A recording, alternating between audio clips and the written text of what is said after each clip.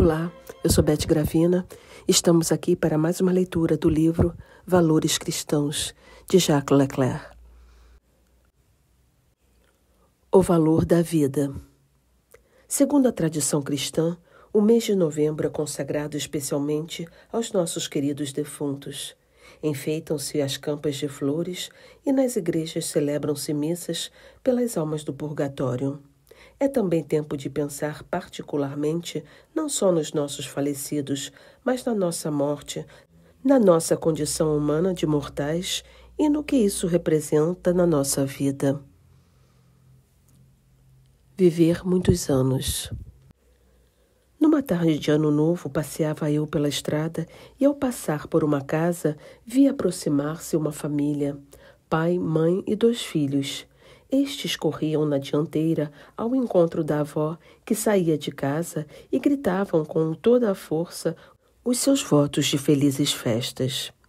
A anciã repetia e completava: por muitos anos de vida, e insistia: muitos anos de vida.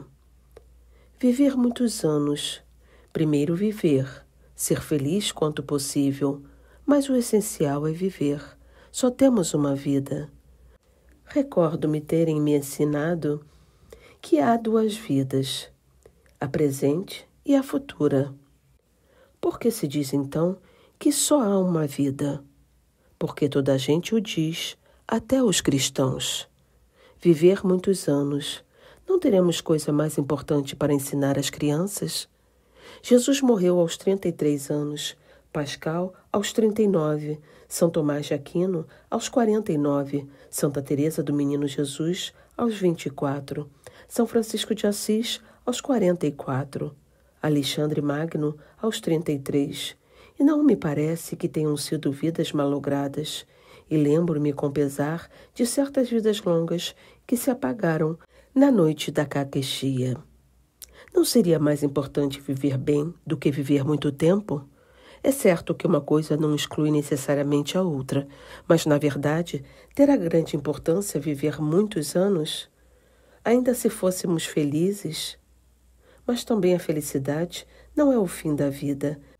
Devemos esforçar-nos por ter vida bela ou vida feliz.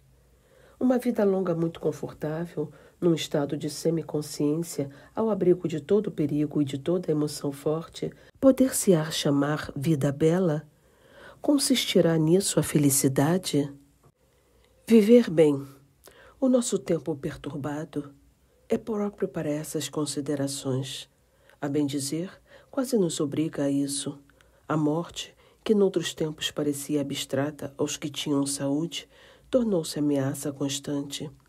As subversões do século XX trouxeram como consequência que amanhã podem chover bombas em volta de mim e por cima de mim, e que esta chuva de bombas entre na mesma ordem de possibilidades que o sol e o frio. A meditação da morte foi sempre tema favorito da literatura espiritual e da pregação popular. O Senhor convida-nos insistentemente a estar sempre preparados. A morte vem quando menos se espera, como um ladrão. Tessalonicenses 2:5. E depois de Jesus, todos os mestres da vida espiritual nos exortam ao exercício da preparação para a morte. Mas hoje trata-se de coisa muito diferente de exercícios. Há pouca gente na Europa que não tenha ouvido a explosão de bombas e que não tenha perdido na tormenta um ou outro dos seus entes queridos. Ora, deitar-se na trincheira, correr ao abrigo durante o bombardeio é de certo mais eficaz do que qualquer exercício numa cela ou numa capela tranquila. E sabemos que nenhuma preocupação nos salva do perigo. A guerra moderna ameaça toda a gente, tanto civis como militares. Estar a 300 quilômetros da frente de batalha não é nenhuma garantia. As preocupações podem eliminar certos perigos, mas os azares da guerra e os progressos da técnica criam outros. Perigos na terra, perigos no ar, perigos no mar. Não há segurança em parte alguma. O melhor é encarar a morte de frente. Custa muito morrer e parece que não custa menos morrer tarde. Viver muito tempo é simplesmente morrer mais tarde. Talvez fosse melhor não morrer, mas já que todos temos de dar o passo fatal, será realmente importante dá-lo um pouco mais tarde? Pelo menos não é mais fácil, porque os que costumam assistir aos moribundos dizem que os velhos aceitam a morte mais dificilmente do que os novos. Viver muitos anos. Mas a vida nunca é longa. Lembro-me de uma velha tia que tinha mais de 80 anos e me afirmava: dizem que sou velha, mas quando me recordo da minha infância, parece que foi ontem.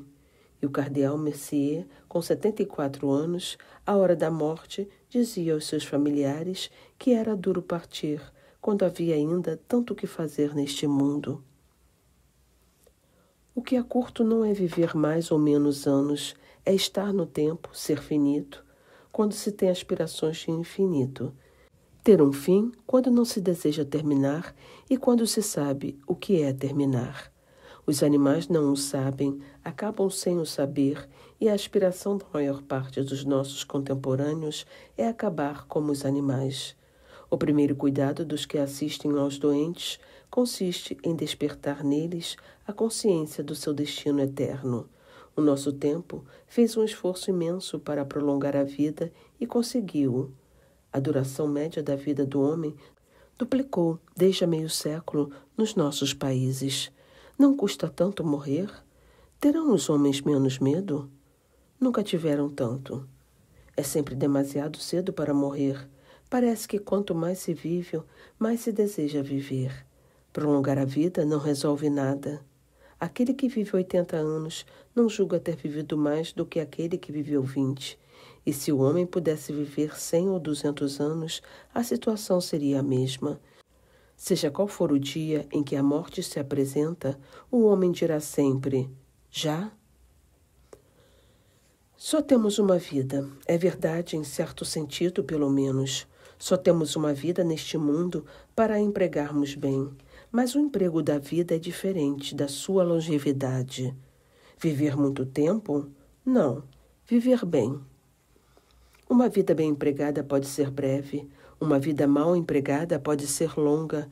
A infelicidade não consiste em morrer jovem, mas em morrer mal. E mais ainda, a infelicidade é viver mal. Que uso fazemos da vida?